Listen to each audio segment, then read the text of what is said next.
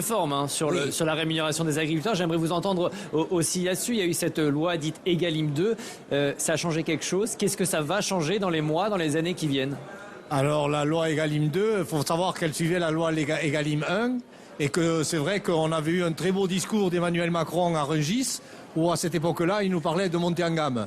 La montée en gamme, nous à la coordination, on avait dit que bon, mais c'est très bien, elle existe, c'est une niche. Et tout à l'heure, j'ai entendu que c'était rappelé qu'il y a des agriculteurs qui gagnent de l'argent, et heureusement.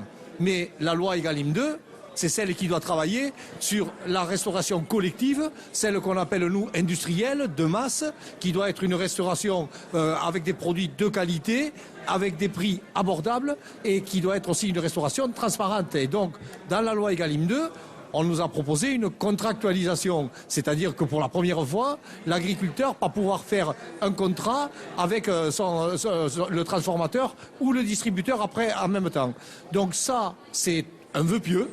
Je rappelle qu'aujourd'hui, à ce jour, depuis que c'est lancé, on n'a aucun contrat.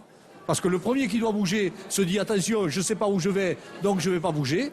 Que c'est peut-être une idée, mais que nous, on a demandé, nous, à la coordination, de remettre le chantier sur la table parce que tout n'est pas parfait. Je prendrai juste un exemple avec les manifestations qu'il y a dans les zones de production de jeunes bovins ou de broutards, où là, il y a des catégories que les agriculteurs sont inquiets, mais il y a aussi des négociants qui sont inquiets. Ça veut dire que dans tout ça, tout à l'heure, quand j'ai entendu que Lactalis disait les contrats ne sont pas signés, on est encore dans le monde d'avant. La grande distribution qui est devant nous, je pense encore se refaire une dernière fois sur nous. Parce que je rappelle que le ministre de l'Agriculture a dit il n'y a pas longtemps aux responsables de la Fédération du commerce et de la distribution que c'était du foutage de gueule.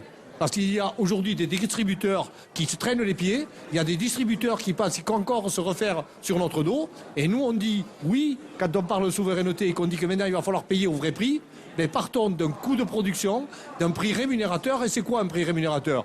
Coût de production de l'agriculteur, salaire de l'agriculteur et rémunération des capitaux. Et avec ça, vous avez un prix rémunérateur et vous avez tout ce qu'on disait tout à l'heure pour avoir de la résilience et de la souveraineté alimentaire parce que vous aurez des agriculteurs qui recommencent à gagner leur vie. Dominique Chargé, il existe